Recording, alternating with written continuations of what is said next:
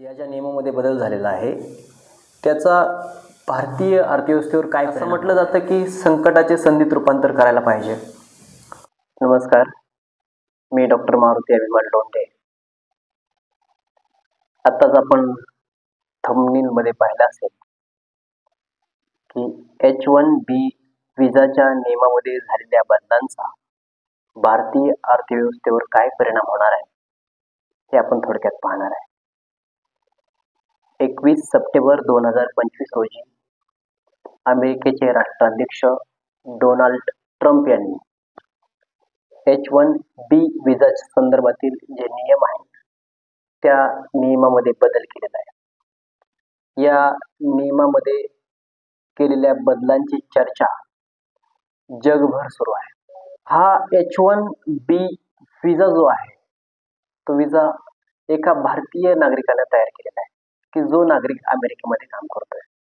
काय आहे हा H1B विजा? तर हा H1B विजा जो आहे तो 1990 मध्ये सुरू झालेला आहे आणि जे अत्यंत कुशल कामगार आहेत परकीय देशातील त्या कामगारांना अमेरिकेमध्ये येऊन काम करण्याची परवानगी देणे त्याला H1B विजा असे म्हणतात. म्हणजेच हुशार, टॅलेंट, अत्यंत कुशल कामगारांना अमेरिकेमध्ये काम करण्याची संधी उपलब्ध करून देण्यासाठी H1B विजा 1990 ला सुरू झालेला आहे. 21 सप्टेंबर 2025 रोजी हा घाईघाईनं या नियमामध्ये बदल केले आहेत. त्यामध्ये बरीचशी क्लॅरिटी नव्हती, म्हणून जे अमेरिकेमध्ये काम करणारे जे लोक होते भारतातील ते भारतामध्ये सुट्टीसाठी आलेले होते. हे नियम जाहीर झाल्याबरोबर हे कामगार जे आहेत ते अमेरिकेमध्ये जाण्यासाठी घाई करू लागले. परंतु परत त्यांनी जाहीर केलं की जे अगोदर विजाधारक आहेत की ज्यांनी अगोदर विजा काढलेला आहे त्या लोकांना हे नियम लागू नाही आहेत. जे नवीन विजा काढणार आहेत, नवीन विजा काढण्यासाठी अर्ज देणार आहेत, अशा लोकांना हे नियम लागू आहेत. काय आहेत नियम हे? तर जे नवीन विजा काढणारे लोक आहेत त्यांना 1 लाख अमेरिकन डॉलर भरावे लागणार आहेत. ज्यांनी अगोदर काढलेला आहे त्यांना भरावे लागणार नाहीत, किंवा ज्यांना विजा रिन्यू करायचा आहे या लोकांना सुद्धा हे पैसे भरावे लागणार नाहीत. परंतु जे नवीन विजा काढून अमेरिकेमध्ये करिअर करू इच्छित आहेत अशा लोकांना मात्र 1 लाख अमेरिकन डॉलर भरावे लागणार आहेत. म्हणजे 88 लाख रुपये हे भारतीय असतील. आता ज्या काही कंपन्या आहेत की ज्या कंपन्या भारतातील अत्यंत कुशल कामगार, टॅलेंट कामगार अमेरिकेमध्ये घेऊन जातात आणि त्यांना रोजगार मिळवून देतात. या ज्या नियमामध्ये बदल झालेला आहे त्याचा भारतीय अर्थव्यवस्थेवर काय परिणाम होणार आहे? कोणताही विकसनशील देश विकास साध्य करण्यासाठी प्रयत्नशील असतो. त्यासाठी त्याला परकीय गंगाजळीची आवश्यकता असते. आणि आज हा जो बदल झालेला आहे विजामध्ये त्या बदलाचा परिणाम नक्कीच काही प्रमाणामध्ये भारतीय अर्थव्यवस्थेवर होणार आहे. कारण H1B विजाचा फायदा घेणारे जे लोक आहेत ते जास्तीत जास्त भारतीय लोक होते. 100% लोकांपैकी जर आपण पाहिलं तर 72% लोक हे भारतातील होते की जे H1B विजाचा फायदा घेत होते. 12% लोक हे चायनाचे आहेत, 1% दक्षिण कोरियाचे आहेत, 1% फिलिपाईनचे आहेत आणि 1% कॅनडाचे आहेत. जास्तीत जास्त भारतीय लोकांनी H1B विजाचा फायदा करून घेतलेला आहे. आणि या 72% लोकांच्या माध्यमातून भारतामध्ये जे चलन येत होते, परकीय चलन, त्याला आता मर्यादा येणार आहे. कारण यापुढे कोणतीही कंपनी 1 लाख डॉलर भरून नवीन विजा काढणार नाही आहे. एखादा नवीन भारतीय इंजिनियर आहे तो जर अमेरिकेमध्ये जाऊन आपलं करिअर करू इच्छित असेल तर त्याला 1 लाख डॉलर भरून विजा काढावा लागणार आहे.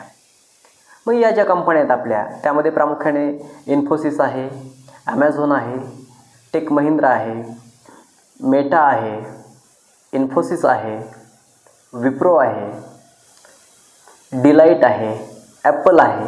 या कंपन्या भारतातील जे कुशल कामगार आहेत या कामगारांचा व्हिसा काढून अमेरिकेमध्ये नोकरीची संधी उपलब्ध करून देत होते. परंतु आता या कंपन्या व्हिसा काढण्याचा प्रयत्न करणार नाहीत, कारण का जवळपास जर भारतीय रुपये जर आपण पाहिले तर 88 लाख रुपये व्हिसा काढण्यासाठी त्यांना खर्च करावे लागणार आहे.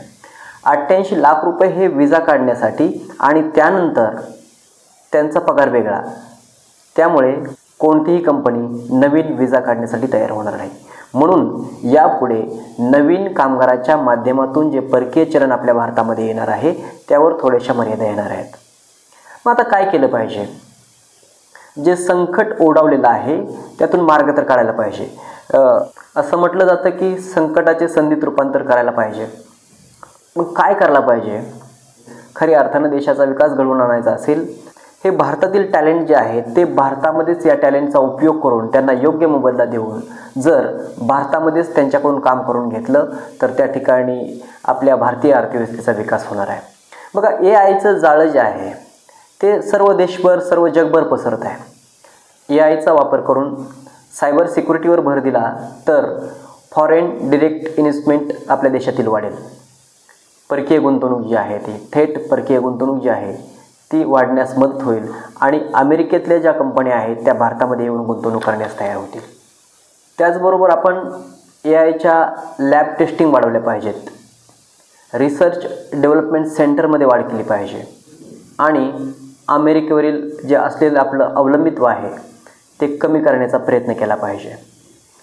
भारतातील टॅलेंटला योग्य मोबदला देऊन त्या ज्ञानाचा वापर भारतामध्येच केला तर देशाचा विकास घडून येण्यास मदत होईल.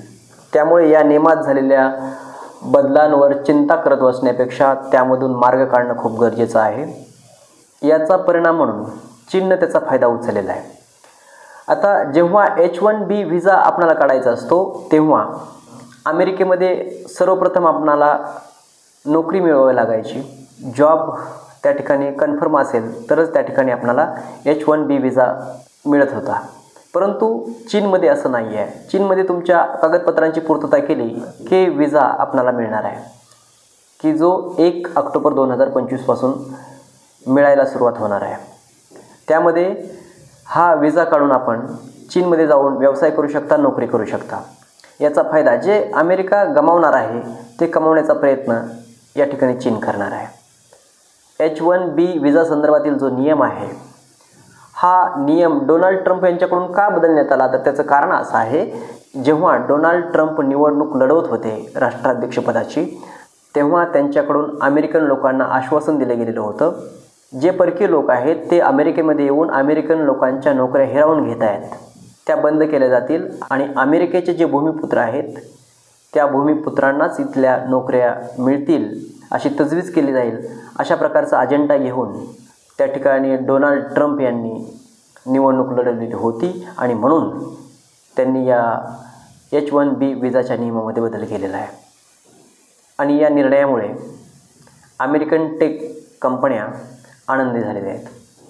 अशाच प्रकारचे व्हिडिओ पाहण्यासाठी माझ्या चॅनलला सबस्क्राईब करा आणि शेअर करा. आणि आपणाला कोणत्या विषयावर व्हिडिओ हवा आहे हे कमेंट बॉक्समध्ये त्या ठिकाणी सांगायला विसरू नका. धन्यवाद.